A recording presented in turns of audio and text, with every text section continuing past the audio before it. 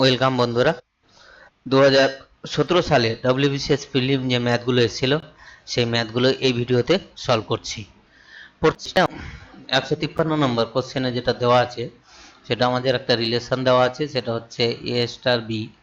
এ star B আমি লিখছি না, এটা দরকার নেই। আমাদের যে ভ্যালুটা বার করতে হবে সেটা আমাদের লিখে নিচ্ছি। Equals to star 5 equals to দেওয়া আছে 97। ওকে, তাহলে আমাদের ফার্স্ট ব্র্যাকেটের কাজ আগে সেরে নিতে হবে। তাহলে এটা 5 দিয়ে 10, এইটা মানে কি এ ইন্টু বি মানে গুণ, তারপরে বিটা যোগ, তার মানে বিটা যোগ মানে হচ্ছে +5, তার মানে হচ্ছে এটা বিয়োগ মানে -2 ইকুয়াস টু হয়ে গেল আমাদের 97। এবার তাহলে হচ্ছে সি স্টার, এটা হয়ে যাচ্ছে 13 ইকুয়াস টু হয়ে যাচ্ছে 97। তাহলে আমাদের আবার সে একই রিলেশন 13c, এ বি মানে 13c plus 13 minus C minus A মানে ফার্স্টেরটা এ 97, ফার্স্টেরটা এ পরেরটা বি। তাহলে এখান থেকে হচ্ছে 12c ইকুয়াস টু হয়ে যাচ্ছে 97 মাইনাস 13, তাহলে এই মাইনাস হয়ে যাচ্ছে 84। তাহলে আমাদের সি ইকুয়াস টু হয়ে যাচ্ছে কত 84/12, তাহলে 12 দিয়ে কেটে যাবে 7, তাহলে আনসারটা হয়ে গেল আমাদের 7। নেক্সট যে কোশ্চেনটা দিয়েছে সেটা একদম ইজি কোশ্চেন, পারবে তোমরা করলে।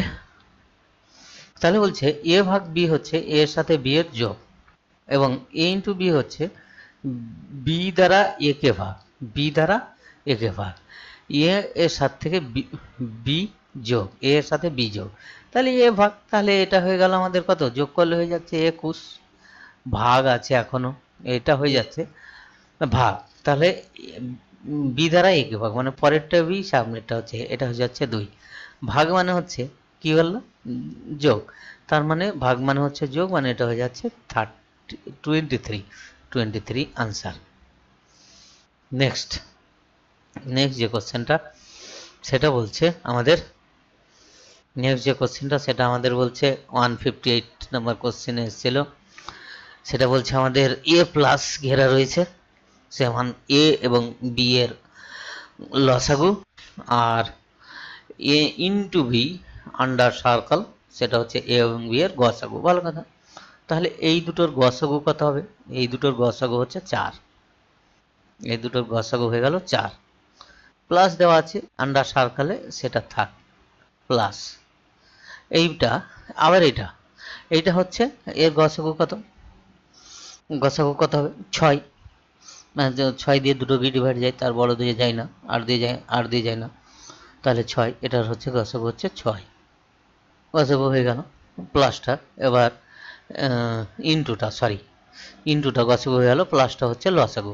এবার 6 এবং এর লসাগু কত, 6 এবং 4 এর লসাগু হচ্ছে 12, 6 4 এর লসাগু 12, তাহলে এই হচ্ছে আমাদের 12 হচ্ছে। ত্রুটিপূর্ণ ওজন যন্ত্রের জন্য আহনার প্রকৃত ওজন 80 কেজির পরিবর্তে 72 কেজি হলে শতকরা হিসেবের ত্রুটি।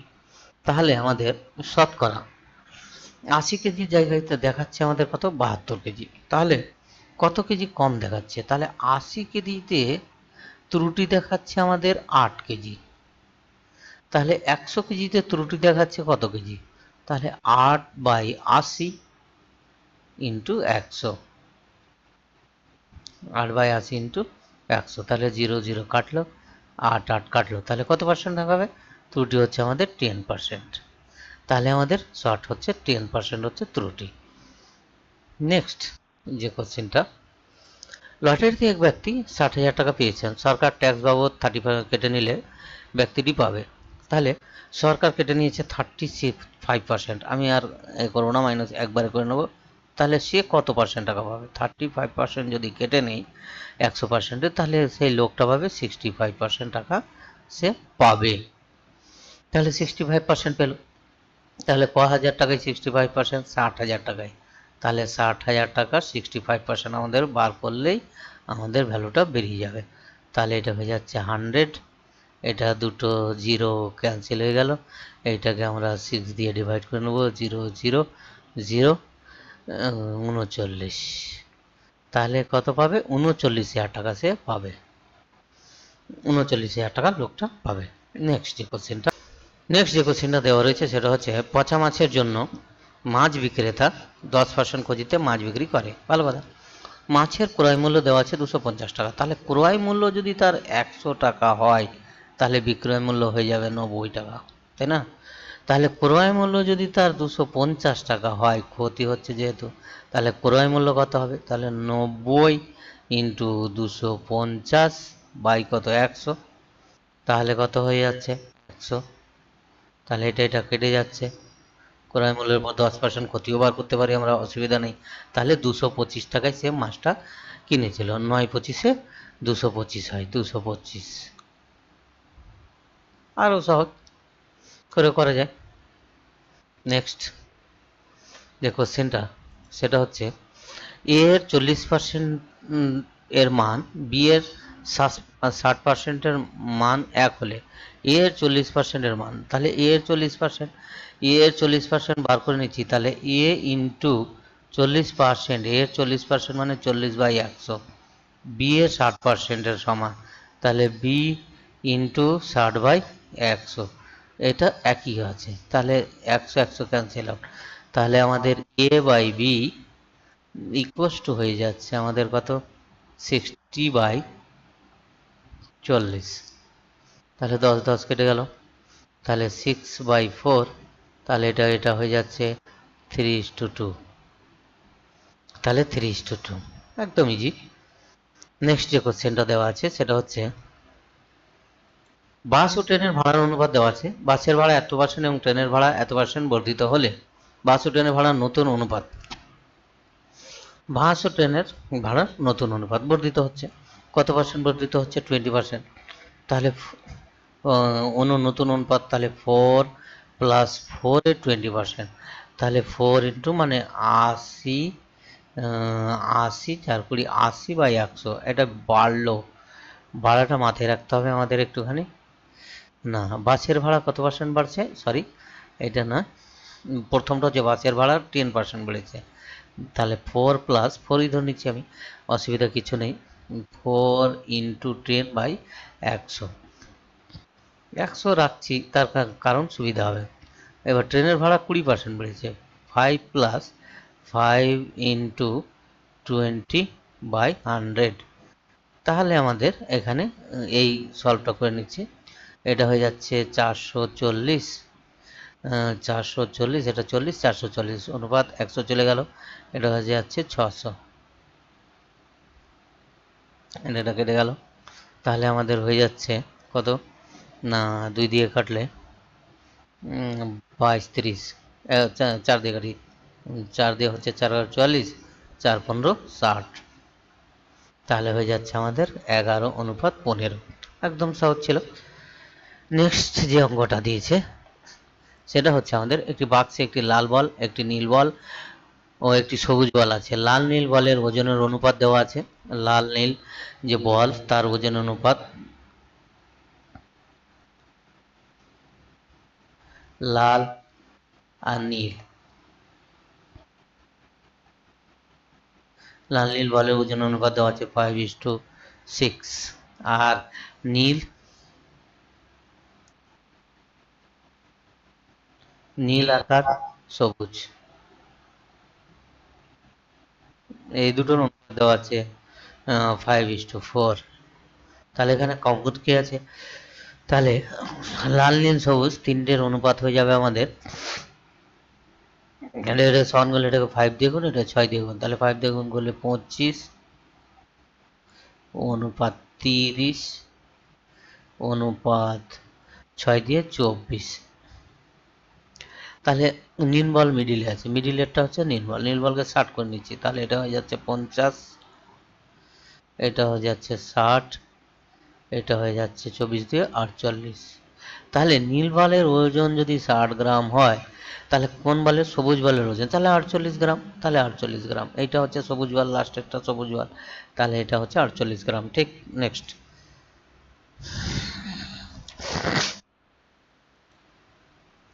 কোনো একটি জেলায় লোক সংখ্যা প্রথম বছরে 4% বৃদ্ধি এবং দ্বিতীয় বছরে 5% হ্রাস পায়। বর্তমান লোক সংখ্যা এত হলে 2 বছর আগে লোক সংখ্যা কত ছিল, লোক সংখ্যা ছিল। তাহলে এই অঙ্কগুলো একটাই ফর্মুলা, এক্স আমাদের ধরে নিতে হবে, এক্স ধরে নিতে হবে। এক্স ছিল ধরো ফার্স্টে, এইবার আমাদের প্রথম বছর বৃদ্ধি পাচ্ছে 4%, মানে হচ্ছে কত 1 প্লাস 4/100, আর পরের বছর 5% হ্রাস পাচ্ছে, তাহলে 1 মাইনাস 5/100। এটা আমাদের সিম্পলিফাই করতেই হবে, কিছু করার নাই। 94,000। আচ্ছা, এবার এটা 25 দিয়ে কেটে যাবে, 4 25 100, এটাও 25 দিয়ে 5 দিয়ে কেটে যাবে, 5 20 100। তাহলে এইটা আমাদের এলসিএম করলে যেটা দাঁড়াবে, এটা 25 আর এখানে আছে 1 26, তাহলে ইন্টু 26/25 হয়ে গেল এটা। আর তারপরে যেটা হচ্ছে সেটা হচ্ছে এখানে 1 আছে, তাহলে 20 মাইনাস 1 মানে 19/20 হয়ে গেল এটা, তাই না? তাহলে এটা ইকুয়াস টু আমাদের দেওয়া আছে 494000, 1 2 3 494000, ঠিক আছে। তাহলে এক্স ইকুয়াস টু হয়ে যাচ্ছে আমাদের তাহলে 494000 ইন্টু, এগুলো সব উল্টে যাবে, 25/26 ইন্টু 20/19, আমাদের এটা হলো, এটা কেটে যাবে 13 দিয়ে, 13 দিয়ে কাটবে, সরি 13 দিয়ে 26, 13 দিয়ে যদি আমি কেটে দিই, 3 13 39, আর 8 4 104, 2 3টে শূন্য আছে। আবার আমরা 2 দিয়ে কেটে দিচ্ছি, 19 দিয়ে 38, 19 3টে শূন্য আছে, 1 2 3টে শূন্য এখনো আছে, 19 1 কেটে গেল 19, তাহলে কত হলো 1000, এখানে আসলাম। আর এখানে হচ্ছে 25 দিয়ে 50, 50, তাহলে কত আসছে, এটা হয়ে গেল 25 দিয়ে 50, তার একটা শূন্য আর ওদিকে 3টে শূন্য, 1 2 3, তাহলে 5-এর পরে হচ্ছে 3টে, 5টা শূন্য, এই হচ্ছে 2 বছর আগের লোক সংখ্যা। নেক্সট যে কোশ্চেনটা, এই সালে অনেক কোশ্চেন ছিল ম্যাথ। পরে যে কোশ্চেনটা বলছে সেটা হচ্ছে, এক ব্যক্তি ব্যাংকে 3000 টাকা এবং পোস্ট অফিসে 2500 টাকা জমা করেন। ব্যাংকের সুদের হার পোস্ট অফিসের সুদের হারের থেকে 0.5% বেশি।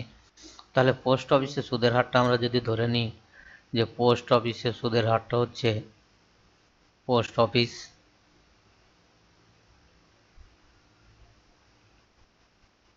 সুদের হার ধরে নিচ্ছি আমরা R%, তাহলে ব্যাংক কত হবে, ব্যাংকের যে সুদের হারটা হবে সেটা হচ্ছে আমাদের R+0.5%।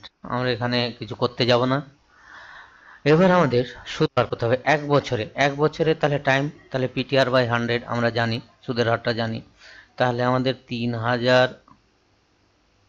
পি হচ্ছে 3000, টি হচ্ছে 1 নেওয়া দরকার নেই, আর হচ্ছে R+1/2, ব্যাংকে যেহেতু এটা /100, এইটা একটা হলো সুদ, ব্যাংকের সুদ। আর পোস্ট অফিসের সুদ হচ্ছে, প্লাস করছি, পোস্ট অফিসের সুদটা হচ্ছে 2500, আসল, পি হচ্ছে 2500, টি হচ্ছে 1 লেখা দরকার নেই, আর হচ্ছে R/100, এইটা ইকুয়াস টু টোটাল যে টাকাটা হচ্ছে সেটা হচ্ছে 235 টাকা, ঠিক 235 টাকা। তাহলে আমাদের এখানে 0 0 দুটো ক্যান্সেল আউট, ইন্টু আছে অসুবিধা নেই, আমাদের এখানেও দুটো 0 ক্যান্সেল আউট।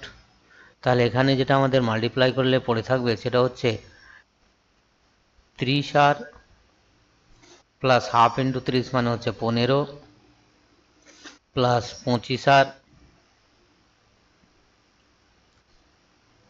ইকুয়াস টু বলছে 235 টাকা। এইটুকু ক্যালকুলেশন করতে আমাদের খুব একটা সময় লাগবে না।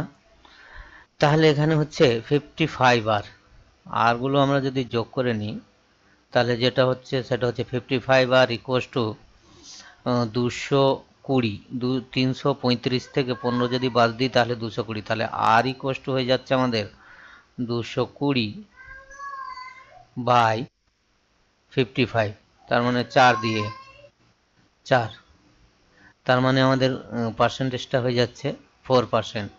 তাহলে আমাদের পার্সেন্টেজটা হয়ে গেল 4%। নেক্সট যে কোশ্চেনটা বলছে, এত মিটার একটি লম্বা আমাদের 120 মিটার লম্বা একটা রেলওয়ে প্ল্যাটফর্ম আছে, 120 মিটার লম্বা। দাঁড়িয়ে থাকা এক ব্যক্তি লক্ষ্য করলেন যে ট্রেনটি তাকে 5 সেকেন্ডে এবং সমগ্র স্টেশনটি 15 সেকেন্ডে অতিক্রম করলো। ট্রেনটির দৈর্ঘ্য কত? তাহলে আমাদের এখানে না ট্রেনের দৈর্ঘ্য আছে না প্ল্যাটফর্মের দৈর্ঘ্যটা আছে, ট্রেনের দৈর্ঘ্য নেই, ট্রেনের দৈর্ঘ্যটা বার করতে হবে। তাহলে লোককে পাস করা মানে ট্রেন নিজের দৈর্ঘ্যকে পাস করা। তার মানে আমাদের এখানে যেটা আমাদের সব থেকে সুবিধা হচ্ছে, আমরা যদি ধরে নিই যে ট্রেনের গতিবেগটাই হচ্ছে এক্স মিটার পার সেকেন্ড, তাহলে ট্রেনের দৈর্ঘ্য কত হবে? তাহলে ট্রেনের দৈর্ঘ্যটা হবে, ট্রেনের যে দৈর্ঘ্য সেটা হচ্ছে আমাদের 5x এ যেহেতু পাস করছে তাহলে নিজের, তাহলে 5 সেকেন্ডে যাচ্ছে এত মিটার। গুড।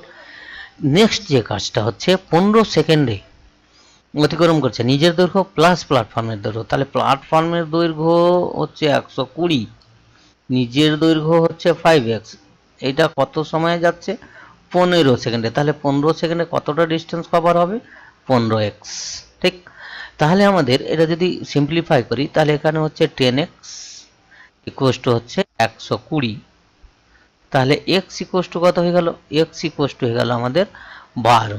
তাহলে ট্রেনের দৈর্ঘ্য কত হচ্ছে? ট্রেনের দৈর্ঘ্যটা ছিল আমাদের এইটা, তাহলে হচ্ছে 12 ইন্টু, ট্রেনের দৈর্ঘ্য হচ্ছে আমাদের 12 ইন্টু 5, তার মানে হচ্ছে 60 মিটার। তাহলে 60 মিটার হচ্ছে ট্রেনের দৈর্ঘ্য, তাহলে 60 মিটার হলো আমাদের ট্রেনের দৈর্ঘ্য। পরের যে কোশ্চেনটা একদম সহজ, এর আগেও অন্য সালে আর এক সালে এরকম একটা অঙ্ক এসেছিল। একটি পরীক্ষায় অঙ্কে 35%, ইংরেজিতে 15% ফেল করে। যদি দুটি বিষয় 10% ফেল করে, পাসের শতকরা হার। তার মানে আমরা এরকম করে ক্যালকুলেশনটা যদি করে নিই তাহলে 100 মাইনাস 35 যোগ করলাম প্লাস 15 যোগ করলাম, দুটোতেই উভয় বিষয়ে ফেল করেছে, চলে এসছে মাইনাস যদি 10 করি, তাহলে এই ক্যালকুলেশনটা করলে আমাদের যে পার্সেন্টেজটা বেরোবে সেটাই হবে আমাদের উভয় বিষয়ে পাসের শতকরা হার। তাহলে দুটি বিষয়ে ফেল করছে, 10% ফেল করলে পাসের শতকরা হার কত? মানে পাসের শতকরা হার মানে উভয় বিষয়েই পাস করবে, তার মানে বাকিটা উভয় বিষয়ে পাস করবে। তাহলে মাইনাস এখান থেকে 10 বাদ দিলে 5, তাহলে যেটা হয়ে যাচ্ছে আমাদের 40।